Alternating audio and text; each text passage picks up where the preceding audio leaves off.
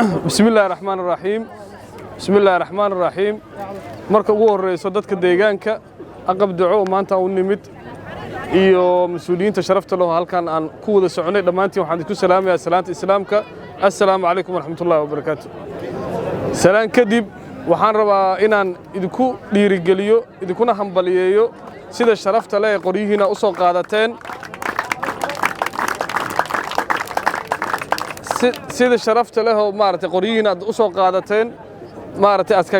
iskaga erideen nimankii qawaariijta al-shabaab oo aad maanta xor aad tihiin oo macnaha nabad iyo maartay wanaag aad halkan ku joogtaan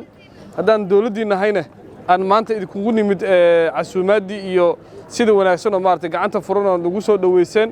waxaan idin ballan qaadaynaa in aad maartay meeshan aan idinku cidlayn doonin rasaas iyo daawo iyo adeeg bulsho iyo isbitaal iyo iskuul wax allaal waxa dawladda ka rabtaan ilaahay idinkiisana waa idin soo gaari doona waana heli doontaan